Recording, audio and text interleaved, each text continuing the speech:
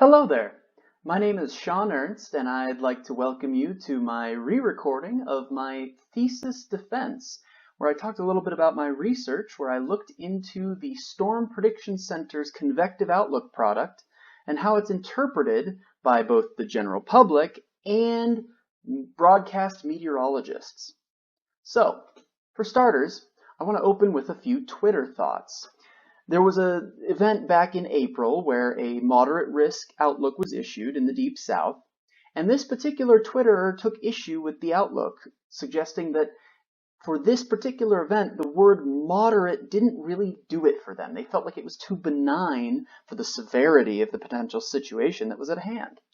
Some other Twitterers sort of caught on to this theme and had some other good ideas that I want to go over.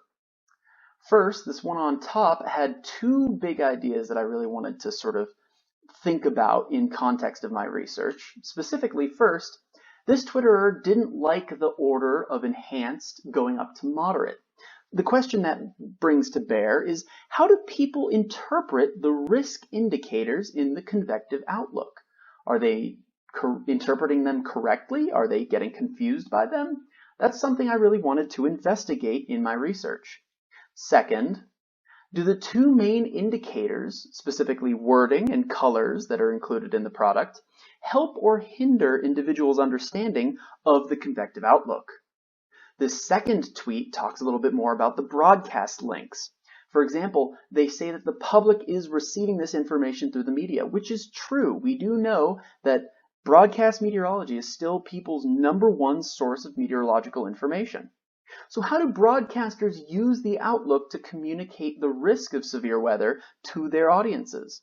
Furthermore, does evidence support the idea that outlooks are confusing to the public? Do additional risk criteria, such as enhanced and marginal, actually confuse people more? That's something that this Twitterer is asking, and that's something I really wanted to get into with this research. But before we go any further, I want to talk a little bit about the Storm Prediction Center Convective Outlook. It's a product that's been around for quite some time and originally covered 3 levels of risk, specifically slight, moderate, and high, with a C-text region suggesting that there was some severe threat potential for an area, but not one worth being outlooked. So the problems with this original outlook came about when talking to emergency managers. They had a lot of trouble with the slight risk. As you can see in the probabilistic diagram at the bottom of the screen, the slight risk covered multiple probabilities of threats. For example, the 5% and 10% outlook probabilities for tornadoes occurring within 25 miles of a point. This is problematic because 5% and 10% days can feel a little bit different in terms of their outcomes. Emergency managers would ask the SPC, which slight am I getting today? Is it going to be a low-end slight, or am I going to get a big bad slight for that 5% and that 10%, for example, for tornadoes? It's a big difference to these emergency managers. However, the SPC needed to leave the moderate and the high risk levels alone because a lot of actual decisions are based off of whether or not a moderate or high risk is issued. Some emergency managers are required by law to actually open up their emergency operations center when one of those risks are issued. So this created some design difficulties for how to change the outlook into a way that better served the Storm Prediction Center's users while not making problems for emergency managers who had laws around the outlook. The solution was to add 2 new risk categories, specifically marginal and enhanced, that covered up some of these gaps.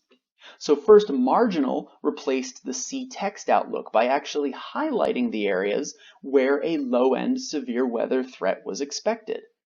Second, enhanced slight replaced the second tier of the slight risk, which was eventually shortened to enhanced for the final operational product.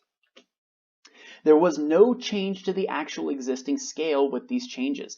They simply added more definition for the lower end events like marginal and those sort of higher end slights so that emergency managers could better understand the kind of severe weather that they could be expecting on a given storm day.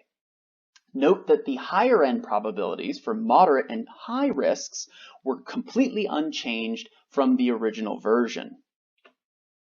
So why study the SPC outlook? We've had this interesting change in the recent years, in the 2010s. But why study this change? Well, the SPC outlook as it stands is a widely and anecdotally discussed topic on places like Twitter. A lot of people have ideas about how it should be, or changes that perhaps should be made, but there hasn't been a lot of research into what the impact of these changes are. Additionally, the SPC outlook occupies an interesting part of the warning paradigm. It acts as a sort of priming tool. You can think of priming, it's a psychological idea that is similar to where if I show you a picture of a whale and then I ask you to name a sea mammal for me, you're probably going to say a whale because I've primed you to think about whales with that image of the whale. In terms of a severe weather event, the SPC outlook is priming you to think about a severe weather event occurring before that event actually occurs and allows you to perform work ahead of the actual severe weather outlook. So for example, you might clean out your storm shelter, prepare your important documents, or have your TV on the afternoon of an expected severe weather event instead of just hopefully getting the tornado warning when it's issued and then having to do all of those things once that warning is issued. Finally, again, I mentioned it earlier, but there's a bit of a knowledge gap on the SPC outlook. There's been a lot of work on the use of tornado warnings by the general public and broadcasters, and on the SPC accuracy of the outlook, how accurate this convective outlook is, but there hasn't been a lot of research into the value of the outlook, which is something I'll explain in a bit here. So in terms of forecast goodness, what makes a forecast good or not, there's three main pillars that define whether a forecast is of high quality. The first one is consistency. Consistency has to do with when the forecast in your head matches what you actually present to the public. This is a hard one to measure because we can't exactly read minds, so we can leave it to the side for the moment. The second type of forecast goodness is forecast quality. This has to do with the accuracy of the actual forecast product. Does what you say is going to happen actually happen? This has been done quite a bit with the Storm Prediction Center's convective outlook through things like the practically perfect forecast. Finally, we have forecast value. This is a bit of an interesting one. Weather forecasts and forecasts in general inherently have no value. They're worthless. The value comes in when individual users make decisions based off of forecast information. For example, this man might have decided to take shelter in his tornado shelter when given a tornado warning. The tornado warning had no value, but the decision he made to protect himself may have saved his life, which is a generation of value from the forecast. This in particular is something that has not been really studied with the convective outlook. What are the decisions that people are making using the outlook that allow them to generate value? So in terms of key questions, how are broadcast meteorologists using the SPC convective outlook? How are these guys looking at the outlook and better presenting information to their viewers? Do they use the convective outlook to make better decisions? Do they see the outlook as a useful tool? And what value are they generating from their use of the outlook? As for the general public, how do they interpret the SPC convective outlook as well, as the broadcasters are often presenting this outlook to them? Do they interpret the different risk indicators correctly? Does their interpretation ability vary over sociodemographic factors such as race or education? And do public misinterpretations line up with anecdotal evidence and broadcaster concerns about how the public is interpreting the outlook? To start, I looked at broadcasters, and I did this using a series of interview techniques and qualitative coding techniques, which is a different kind of analysis from statistical analysis, which is quantitative. To start, I'm going to describe my methods, which are how I collected data from my broadcast participants. Second, I want to talk about data analysis, specifically what is thematic coding and how is it a valid method of data analysis. Third, I'm going to show some results from my first type of interviews and try to answer the question, how do outlooks impact broadcaster behavior? I'll then do that with the other set of interviews I did as well. To wrap things up, I'll show some conclusions. Do the two interview types have similar results? Are we seeing similar things across different groups of broadcast participants? For starters, I want to talk a little bit about my data collection. As we know, value is something that is found through the decisions that individuals make using weather information. So how do we find value? First, we can use something called cognitive task analysis, specifically something called activities observations. This is an interview format where we ask participants to detail their daily routine during a no risk, slight risk, and high moderate risk convective outlook day. By looking at the differences between these days and the schedules that broadcasters report following, we can try to tease out the value that they're generating from use of the convective outlook. In this part of the project, I completed 15 interviews of a convenient sample of broadcast meteorologists that participated in the hazardous weather testbed and had decided to help us out by allowing us to collect data from them. For the focus group interviews, these are small 2 to 3 participant group discussions where a moderator, in this case me, asks questions to the participant groups, and then the participant groups discuss answers to those questions among themselves. In this particular case, I asked participants to discuss how they handle marginal, enhanced, and slight risk convective outlook days. I created a guide for these interviews based on some prior research that explains how to correctly produce a moderator guide for these interviews, and completed 4 sessions with 9 different participants, again of a convenient sample of people who said that they wanted to help us out when asked at a meteorological conference as well as during the hazardous weather testbed. Keep in mind this means that participants may not be representative of broadcast meteorologists as a whole. As for my data analysis, I used something called thematic coding, which is a qualitative data analysis type described as a method for identifying, analyzing, and reporting themes or patterns in data. This analysis, to perform this analysis correctly, you have to define your strategy and methodology before completing the analysis to ensure rigor in the final product. I used something called deductive and inductive coding in this process, where deductive coding is when you produce a series of themes that you want to look for in your data. For example, I wanted to look for mentions of the SPC Outlook.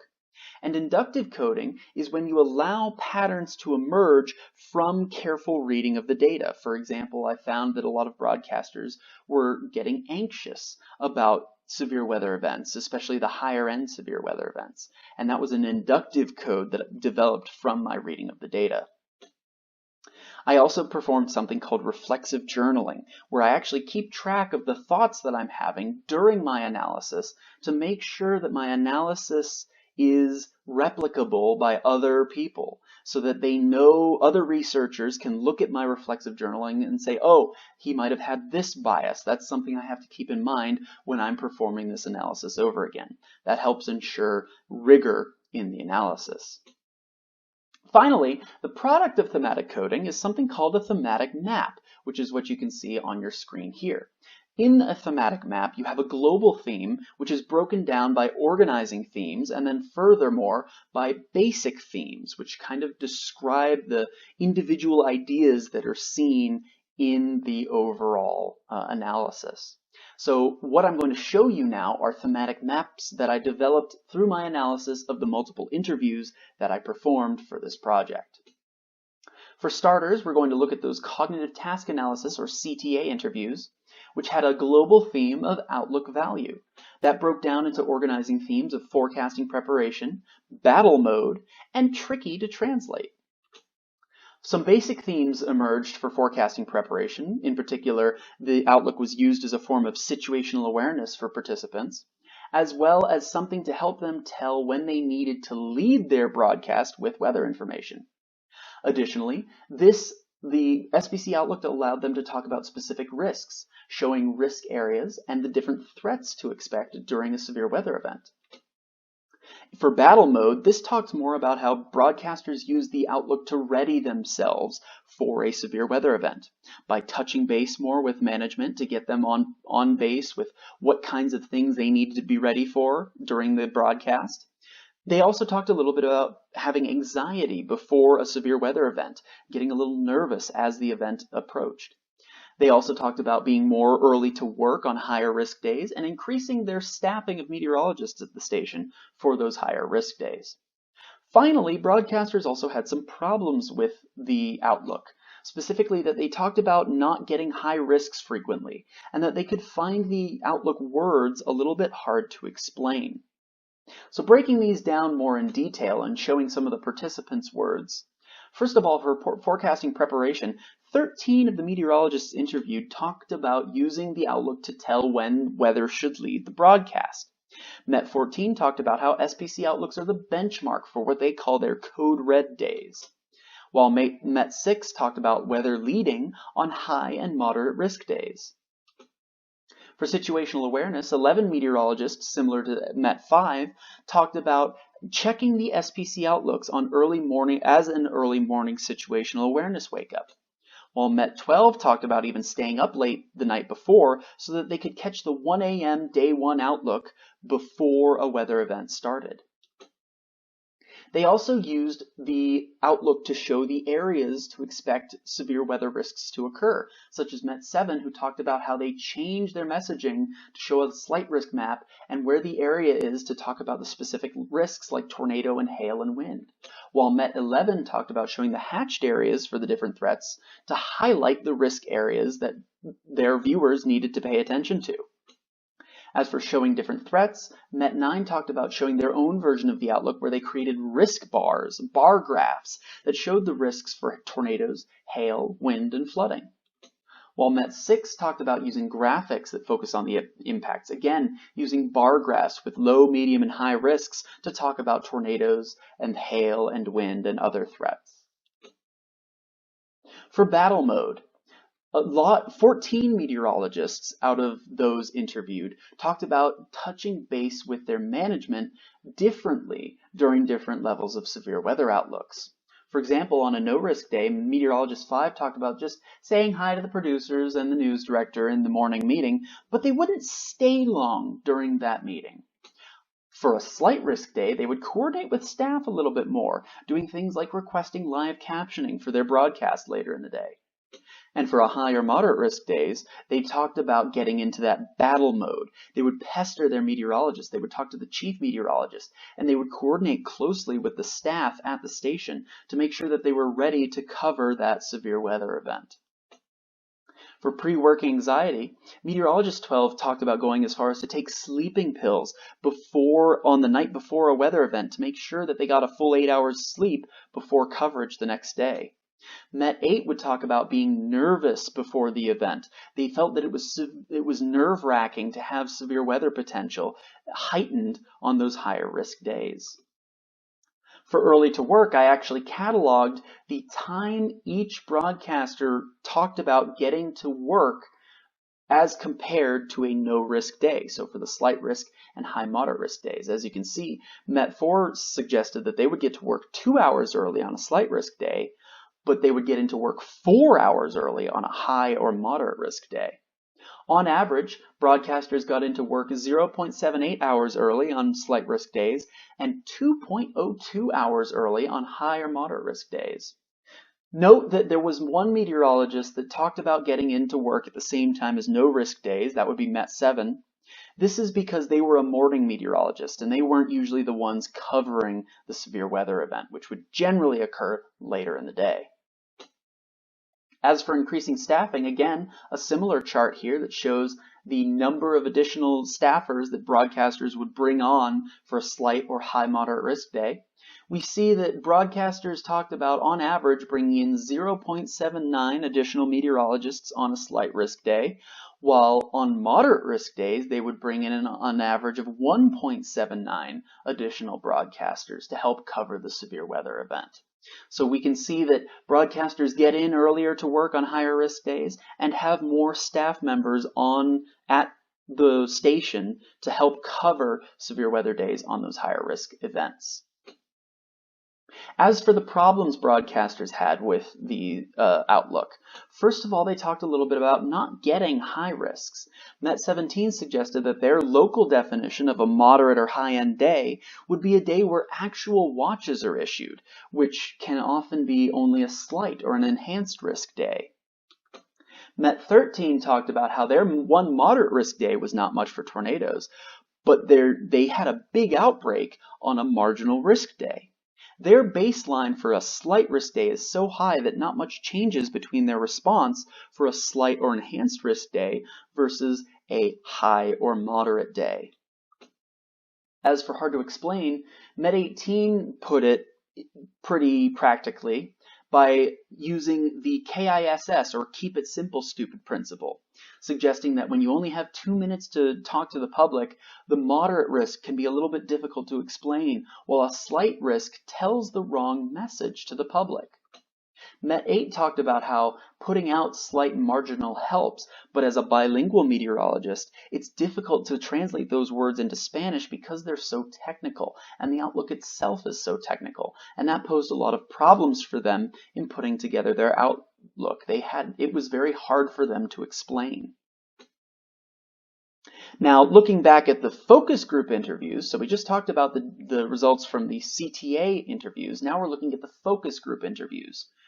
There were two organizing themes here. The first one was Outlook uses, and the second was Outlook issues. As for uses, broadcasters in the focus group talked about reaching a consensus with the Outlook, as well as messaging to their publics what was going on. They also mentioned that they use the Outlook to sort of set their staffing parameters and as an overview graphic to explain to their viewers what the area of storms would be and what alert level to expect. As for issues with the Outlook, there were quite a few. First, broadcasters talked about how the Outlook would end up busting sometimes, and that they felt that their local forecast was better than the SPC forecast. They also suggested that the Outlook wasn't really public-facing. It was more meant for experts than for the general public. Finally, they also had a lot of trouble with the SPC Outlook words. They didn't like the names, and they also really honed in on slight and moderate could be better worded to describe the risks that are present during those days. Additionally, they applied some interesting solutions to use instead of the words, such as words describing the frequency of storms expected, or adding numbers that would describe the threat level. Looking at these Outlook uses to start, first, broadcasters talked about messaging ramping up with higher level outlooks. Meteorologist 4 talked about how they would ramp up their messaging in relation to the ramping up of the Outlook. So they'd have stronger messaging with a higher end Outlook. Met 6 talked about how they'll mention a severe weather threat verbally until the day gets closer, and then they highlight specifically a day being threatening to them. So they ramp up their messaging if a consistent outlook over time is issued for their area.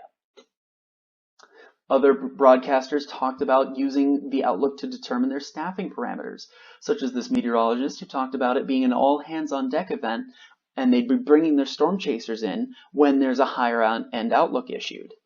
While Met 1 talked about, for something more like the enhanced case, they would see if they could get away with 2 or 3 people. They wouldn't be bringing in as many people to cover that more mid-range event. For reaching a consensus, Meteorologist 1 talked about using the Outlook as a sort of confidence booster.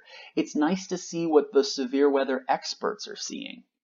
Meteorologist 8 also talked about using the Outlook to get general information and to kind of see what's going on with the severe weather threat. They also used the Outlook to talk about where storms should be expected. As Meteorologist 2 suggested, this is the easiest way to get a message of the zone that's going to be impacted. Meteorologist 7 even further used the outlook as their weather story. They'd show a surface map and say, along and east of this front, we're concerned about severe weather. Then they would turn on the SPC polygons, which generally line up with frontal boundaries, and suggest that these are the areas where we're going to be looking out for severe weather. So the outlook is a key part of their weather story that they're presenting to their viewers. Other broadcasters talked about using the outlook to signify the alert level of the day, such as Met 5, who talked about when you go past slight, you talk about enhanced and moderate. You can reinforce to the audience that this weather event might be a little busier than normal. While Met 6 talked about for a tornado event, the tornado risk is higher with the event, or the wind risk is whatever with the event, based on the convective outlook. As for some issues that broadcasters had in the outlook, there's quite a bit to go through on this slide. But for starters, they talked about their local forecast feeling better than the SPC outlook. Specifically, Met 2 felt like the local weather service had to interject a bit more, and then sometimes they even interject a bit more on what the SPC does, bringing their own opinions and their own interpretation into the presentation to their viewers, because they felt that their storms are a little bit different from what the SPC is used to. For ending up busting, a lot of meteorologists in these interviews actually talked about the kiss of death, that when you get a moderate risk, you're not really going to get a lot of big storms. And even though it's a joke, this is coming from somewhere and suggests some sort of dissatisfaction with the moderate risks.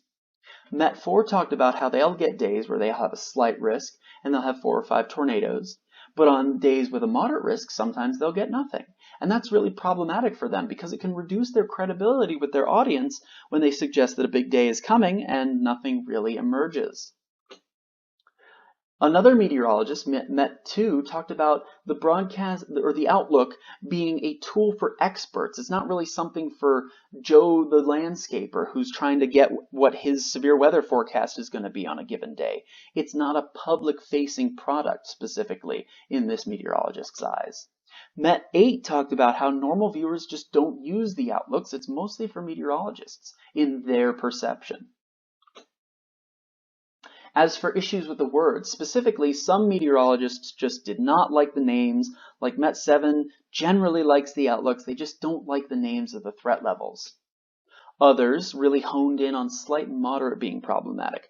Met 2 suggested that they hate slight. It's just not a word that they feel people associate with an impactful severe weather day. While Met 4 suggested, what's the difference between an enhanced and a moderate as far as the risk that those words carry? What risk are those words describing, and what's the difference between the two?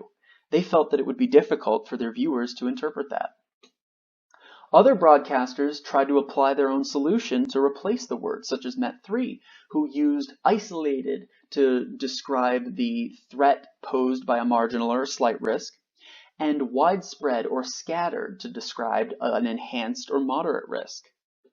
Others, such as Met 6, talked about adding numbers to describe the threat instead of words. So they'll say the word, but they'll also say it's a 1 out of 5 or a 2 out of 5. So they'll show the outlook word, but they'll also verbally say the number to really hammer in what the threat level is on that day. So in terms of key conclusions from these two groups of interviews, there were similar findings across both. Specifically, outlooks generally seem to have value for these broadcasters. They talked about how they used it as a helpful forecast baseline for situational awareness or reaching a consensus forecast, as well as something to help trigger coverage decisions, such as when weather needs to lead the broadcast or when they really needed to ramp up their messaging.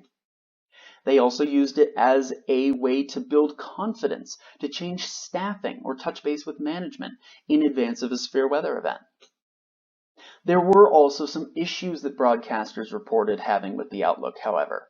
Specifically, some of the words were considered confusing. The outlook could be hard to explain, or it wasn't really perceived to be public-facing. Additionally, the outlook levels can be of different significance in different regions. Some areas don't frequently get high risks, and others often feel that their local forecast is better than the SPC outlook because they're used to the lower end events more so than the SPC. Looking at the general public, now that we've concluded the broadcaster investigation, there's another 5 things I want to talk about here. First, my survey design. I investigated the public's interpretation using a survey. And I want to talk about the questions that I asked in that survey and how I asked those questions. Second, I want to talk a little bit about the data collection method. Specifically, was data collection randomized? How was this survey issued? Third, I'm going to talk a little bit about the data analysis. How do we translate data into something that we can use for statistical analysis? And what does statistical analysis of this survey data find in terms of statistical relationships? Finally, some conclusions. What do these statistical relationships tell us about the general public's understanding of the convective outlook? For starters, my survey, I asked 2 major questions that really helped us understand individual interpretation of the outlook. Specifically, I asked people to rank from lowest risk to highest risk the SPC words, which are marginal, slight, enhanced, moderate, and high from lowest to highest, and the SPC colors, which are green, yellow, orange, red, and magenta, again in order from lowest to highest. By taking these answers, we could begin to answer the question of how well is the public able to interpret the words and colors used in the convective outlook. Data was collected using the Severe Weather and Society Survey in 2019, which was a survey of U.S. residents over age 18. We had 3,006 respondents from a demographically representative sample. As you can see in this table on the right side of the screen, our participant percentages matched those of the U.S. adult population, that is over age 18, from the most recent census estimations. In terms of initial findings, we'll look at the word rankings first. Specifically, what word was participants' preferred first, second, third, fourth, and fifth risk word? For starters, the first word, the lowest end, we see that participants most commonly selected slight for the first risk word, with marginal coming in second. This already is not what the order is in the SPC Outlook, with marginal being first and slight second. So it seems that we're swapping in slight for marginal. Second risk word, the most commonly selected, was marginal. So we've swapped the position of slight and marginal in the participant's interpretation of the ordering task. For the third risk word, moderate takes the lead, with enhanced a distant second, suggesting that moderate was participants' preferred middle risk word versus enhanced, which is what it is in the actual Outlook. Again, similar to slight and marginal, enhanced was the most commonly selected fourth risk word, so we've swapped the position of moderate and enhanced in the participant's eyes. Finally, for the fifth risk word, high was overwhelmingly the most commonly chosen word, with over 60% of participants selecting it for that fifth place. So high people seem to understand, but slight and marginal are getting swapped, and moderate and enhanced are getting swapped. Doing the same thing, looking at the colors.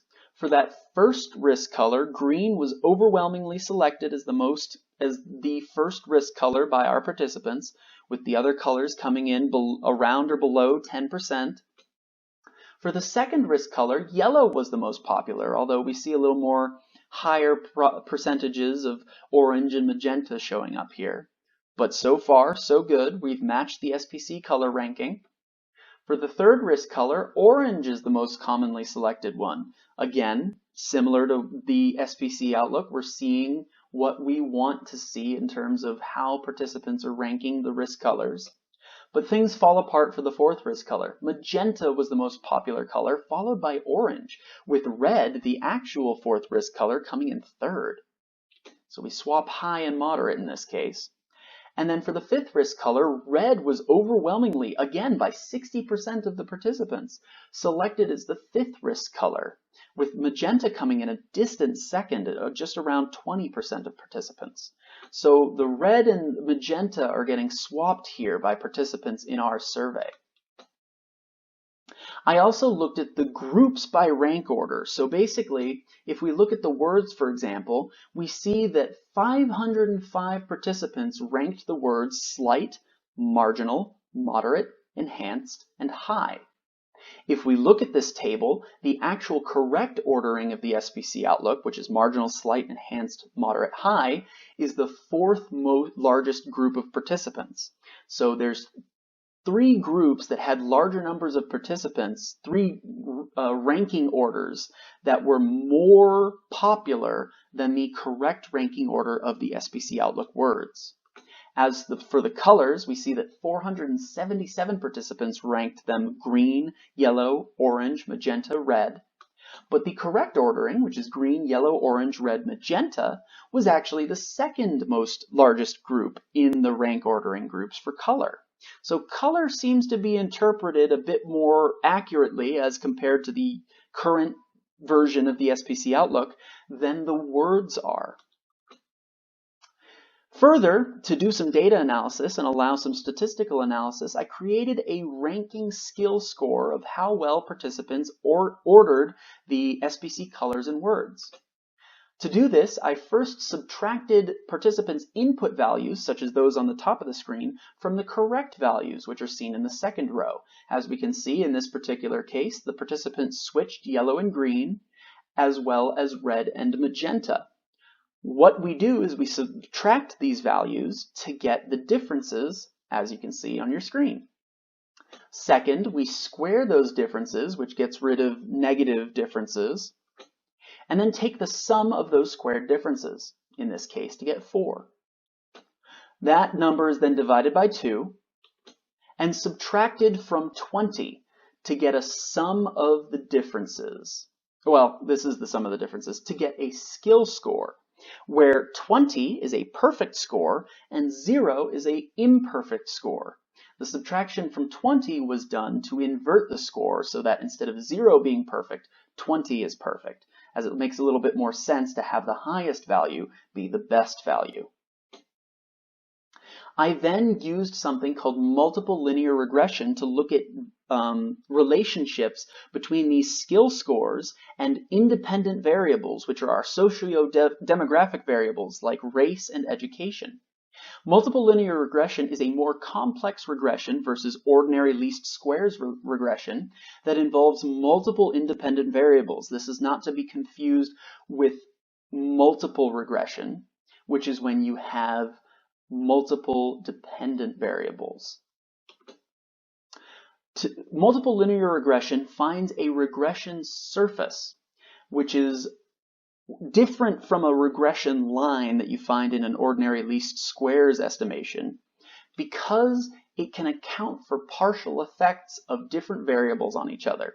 As an example of this, compare the number of fire trucks and the injuries that occur due to fire.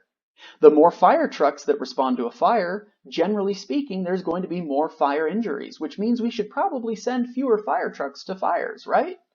Well, in this case, there's a third variable, which would be the size of the fire that is it's influencing the relationship between the number of fire trucks and the number of injuries from a fire. This is a partial effect. A multiple linear regression, where we include the independent variables of fire truck number and fire size, would wash out the relationship between the number of fire trucks and fire injuries, and we would see that the size of the fire is the dominant variable in that case. To complete the regression, we perform a t-test for significance to see if the slope of the relationship between each individual variable on that regression surface is greater than or less than 0, or if it's equal to 0. So any difference from 0, a non-zero slope, is going to be a significant result in the t-test. There are some key assumptions to this type of regression, though. First, we assume that each variable has a linear slope with the dependent variable. We also assume we make the fixed x's assumption, which is that none of the independent variables are directly, completely correlated with each other. So if there's a very, very strong correlation between two variables, they cannot be put into a multiple linear regression. If it's only a weak or moderate correlation, we can use those variables in a multiple linear regression. Finally, we assume that there is, similar to ordinary least squares regression, we assume that there's an independent, identical, and normal distribution of the residuals in the regression analysis. That's an important thing that you can look into individually, but it's a key part of making sure that your regression is valid. So in terms of the basic comparisons, this is without doing any statistics. We're just looking at the SPC word scores versus the different independent variables. We see that there are some potential positive relationships between some of the variables and SPC word score, specifically education, tornado warning responsiveness, numeracy, and whether or not participants were able to correctly determine the difference between a tornado watch and a tornado warning. We also see some potential negative relationships, specifically between race, their age by group, and their ethnicity, suggesting that, for example, with ethnicity, non-Hispanic participants scored higher than Hispanic participants. For color scores, we see some similar relationships, specifically positive relationships between education and SPC color score, as well as weather salience, again, numeracy, and again, that objective tornado watch and warning understanding, or whether participants could tell the difference between the watch and the warning. There's also negative relationships, again, between score and race, age by group, and ethnicity. So we should expect to see in the statistical analysis some relationships between these variables and the SPC word and color scores. Having performed that model analysis and performing analyses that ensure that the assumptions made are valid, we find again those relationships that were potentially identified without doing statistics do show up in this case, looking at the slope estimates with the p-values and the stars there, and the standard error in parentheses in this model output.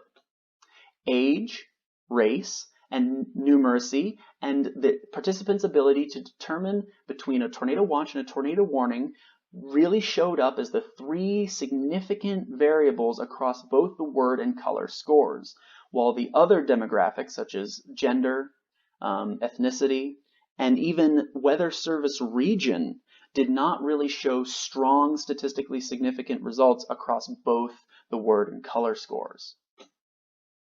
Looking at these relationships, so this is taking a line, a slope line, out of that regression surface that we've created with the multiple linear regression. We see a negative slope across SPC word scores and color scores across age. So the older you are, the lower you were scoring on the word and color ordering tasks.